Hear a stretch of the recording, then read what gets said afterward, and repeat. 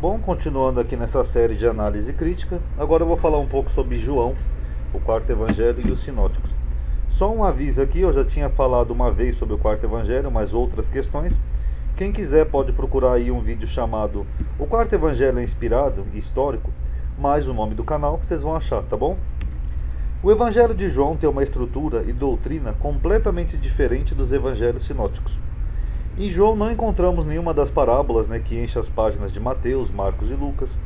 A vida pública de Jesus nos sinóticos parece ter durado apenas alguns meses, enquanto que a narrativa de João estica essa duração para quase 3 anos.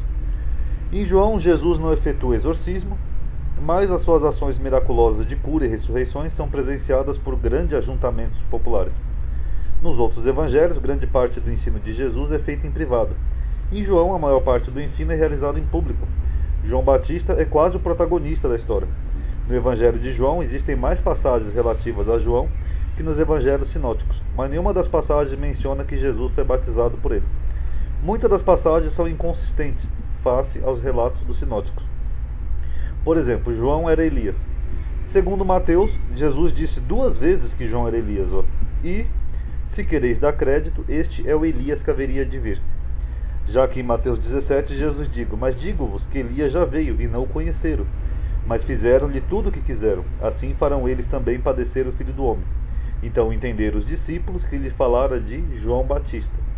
Então em Mateus, Jesus diz que João Batista é o Elias. Já segundo João, não. João talvez não conhecesse essa história aqui de Mateus, porque os fariseus perguntam para João Batista: És tu Elias? E ele disse: Não sou. És tu profeta? Ele respondeu: Não. Então isso destoa. Fora aquelas outras passagens que eu já mostrei em outros vídeos, que o Evangelho de João é bem diferente dos sinóticos. Uma outra situação curiosa relatada no Evangelho de João é aquela que indica que Jesus e João andavam a batizar cada um por seu lado, como se eles fossem rivais. Aqui, depois disso, foi Jesus com seus discípulos para a terra da Judéia, onde se demorou com eles e batizava. João também estava batizando em Enom, perto de Salim, porque havia ali muitas águas, e o povo a ele se batizava. Pois João ainda não fora preso, não tinha sido lançado no cárcere. Surgiu então uma contenda entre os discípulos de João. Então aqui você já vê que teve uma contenda entre os discípulos de João e um judeu, acerca da purificação. E foram ter com João e reclamaram, Rabi, aquele que estava contigo além do Jordão, do qual tem dados testemunho, quem que eles estavam falando? De Jesus. Eis que está batizando, e todos vão ter com ele. Quer dizer, então os discípulos de João Batista estavam reclamando com João que as pessoas estavam indo seguir Jesus, sendo batizadas por Jesus. Então, ele mostra uma rivalidade. Ora, se João Batista acreditava na missão de Jesus, por que ele continuou por conta própria a sua atividade de batizar? Então é estranho. Fora outras rivalidades, que os evangelhos sempre vão mostrando entre os seguidores de João e de Jesus. Mas eu já falei disso em outros vídeos. Até que, inclusive, segundo a história secular, João Batista era chamado de Messias pelos seus seguidores, não Jesus. E no Evangelho segundo João, em passagens distintas, João negou ser o Cristo. 2 vezes. Ele, pois, confessou e não negou. Sim, confessou: Eu não sou o Cristo. E depois ele ainda reafirma aqui com veemência: Vós mesmos me sois testemunhas de que eu disse, eu, João Batista, eu não sou o Cristo, mas sou enviado diante dele. Isso indica que o autor quis deixar bem claro que João Batista não era o Cristo. Por que esse exagero todo aqui? Vocês viram, eu mesmo disse, eu não sou o Cristo. A explicação dessa preocupação do autor é que provavelmente existiriam muitas pessoas entre os seus potenciais leitores que criam que João Batista era o Cristo. Estes crentes seriam cristãos, mas sem o Jesus Nazareno. Então, ele faz uma questão bem forte de deixar claro para o leitor que João Batista disse, afirmou, confessou, redisse: Olha, eu não sou o Cristo. E algumas passagens que João narra no seu evangelho são semelhantes aos sinóticos, com algumas diferenças, o que também é estranho, o que mostra de novo aquela hipótese da teoria das fontes, que haviam fontes em comum, quer escritas ou quer por tradição oral, que eles tinham acesso no primeiro século. Por exemplo, a cura de um servo. Segundo Mateus e Lucas, Jesus cura um servo de um centurião. E João narra uma passagem parecida, mas ele muda alguns elementos da passagem. Por exemplo, eu não vou ler tudo, tá? Só a parte grifada. Tanto em Mateus quanto Lucas, essa cura se deu em Cafarnaum. Segundo João, não. Foi uma passagem que se passou na Galileia, não foi em Cafarnaum. E chega junto de Jesus um centurião, segundo Mateus. Segundo Lucas, não foi o centurião que chegou até Jesus, foi o servo de um centurião. Então aqui já muda, já faz a diferença. Quer dizer, Mateus tinha uma fonte que diz que o próprio centurião chegou para Jesus rogando. Lucas diz que não, foi um servo do centurião que foi até Jesus. Já segundo João, não foi nenhum nem outro, foi um nobre. Então já mudou a história, não era nem o centurião nem o servo, já foi um nobre que chegou até Jesus e foi sim ter com ele, segundo João. Segundo Mateus, o centurião rogou a Jesus pelo seu criado que estava doente. Já segundo Lucas, o servo do centurião enviou uns anciãos. Os anciãos foram falar, que seriam judeus mesmo, anciãos de Israel, rogar a Jesus. Eles até argumentam que esse homem até ajudou a edificar uma sinagoga. E enviou o centurião uns amigos, que eram esses sábios, que foram lá rogar a Jesus por causa do seu servo, que o seu servo estava doente. Já segundo João, foi o próprio nobre, que chegou até Jesus e rogou por ele por causa do seu filho. Então já não era mais um criado ou um servo, era o próprio filho. Então já muda completamente aqui a história. E os três têm em comum que Jesus curou à distância. Jesus falou, vai e como creste será feito. E naquela mesma hora em que Jesus falou, o servo do centurião se curou. Já que segundo Lucas, quando aqueles amigos, os velhos, lá os anciãos, voltaram para casa, na mesma hora já acharam o servo curado. E segundo João, na mesma hora em que o homem nobre chegou em casa, na mesma hora que Jesus tinha falado, o filho dele já estava curado. Então foi uma cura à distância. Vocês notaram então que é a mesma história, que só muda alguns elementos? Isso dificulta muito você constituir um relato histórico, porque você vê que eles estão falando da mesma coisa, os três, só que eles narram de forma um pouco diferente e eles mudam os elementos. Num é em Cafarnaum, no outro é na Galileia, num é um centurião, no outro é os amigos do centurião, e no outro já é um jovem nobre. Num é o servo do centurião, no outro é o servo, e no outro já é o filho do jovem nobre. E os três foram curados à distância. Então você vê que é a mesma história. Será que são dois episódios diferentes? Aí cada um tire suas conclusões. E outra história que João narra também diferente, mas aí não é só João, é a história da mulher e do vaso, a mulher com vaso de alabastro. Marcos conta um relato de uma mulher com vaso de alabastro. Só que Lucas, estranhamente, ele conta duas vezes a mesma história, ou seja, duas passagens semelhantes de uma mulher com vaso que tem um episódio parecido com Jesus. E João já destoa um pouco a história, destoa um pouco dos outros evangelistas. Só que eu não vou ler tudo aqui para vocês, nem a parte grifada, senão vai ficar comprido o vídeo. Então eu fiz o seguinte, eu fiz uma outra tabela, porque como é 5 passagens, 4 evangelhos sendo uma duplicata em Lucas, eu fiz uma outra tabela mostrando quais são as diferenças, aí fica mais fácil. Qualquer coisa eu volto ali na tabela com os textos, tá?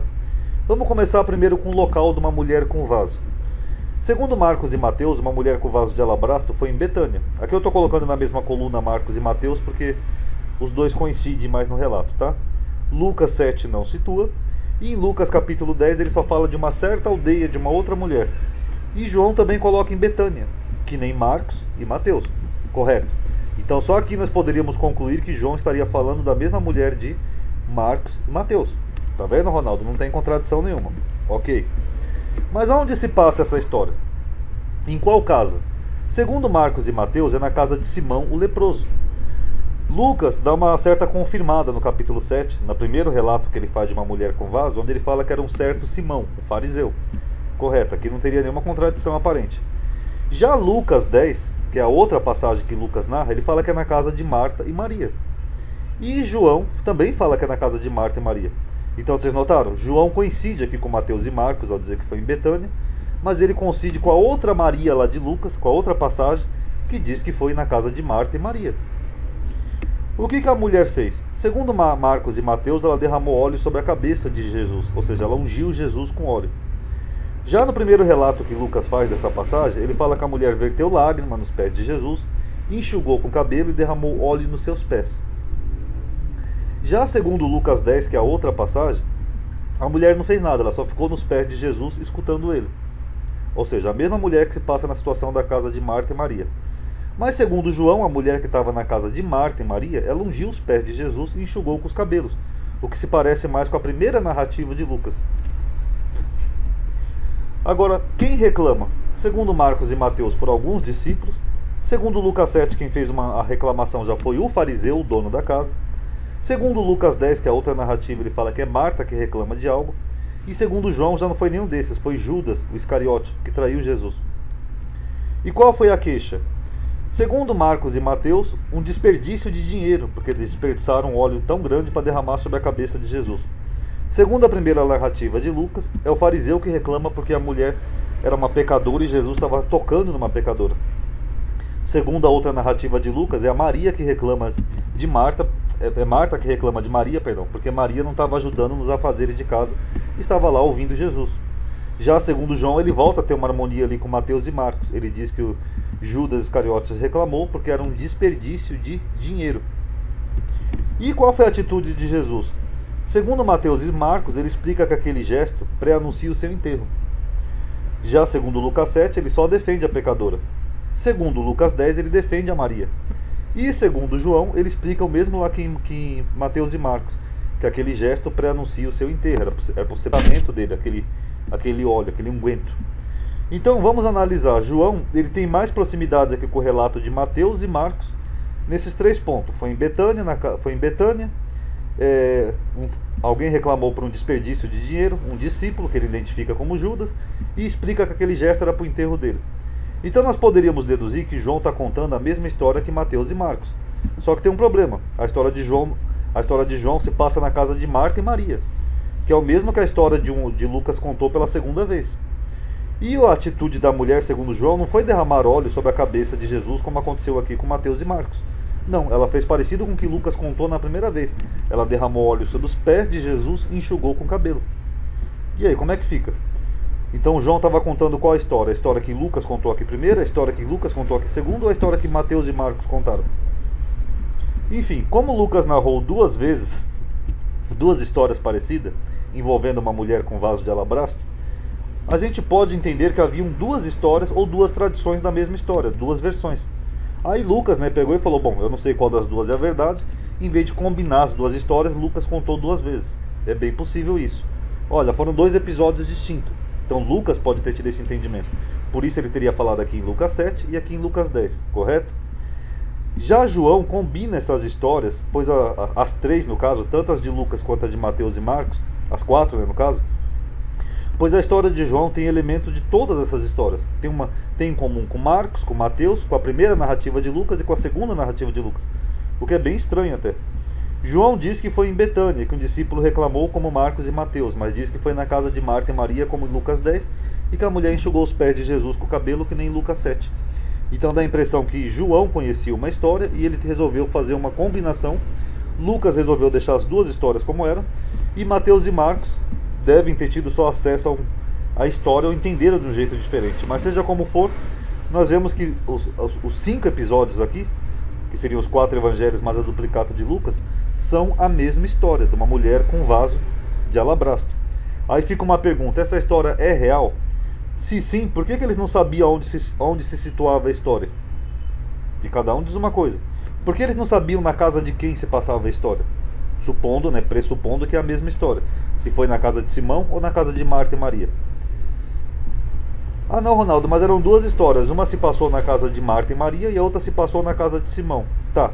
E por que na casa de Marta e Maria acontecem coisas diferentes? Por que João diz o mesmo que aconteceu lá na casa do Simão leproso e Lucas não diz que aconteceu outra coisa? Então, vocês viram como é uma confusão? É provavelmente a mesma história, que cada um entendeu de um jeito ou interpretou de um jeito, mas enfim, o que anula um pouco também é o teor histórico, porque cada um teve uma visão diferente da mesma história, ok? Mas aí fica aí, cada um tira suas conclusões. Quem quiser ver aqui a tabela, vocês podem ver as referências aí, tá bom? E a outra história também, a história do servo que Jesus curou, que era um servo ou era um filho, era de um centurião, era de um homem nobre, de quem que Jesus curou. Então, fica aí para cada um tirar suas próprias conclusões, ok? Paz a todos.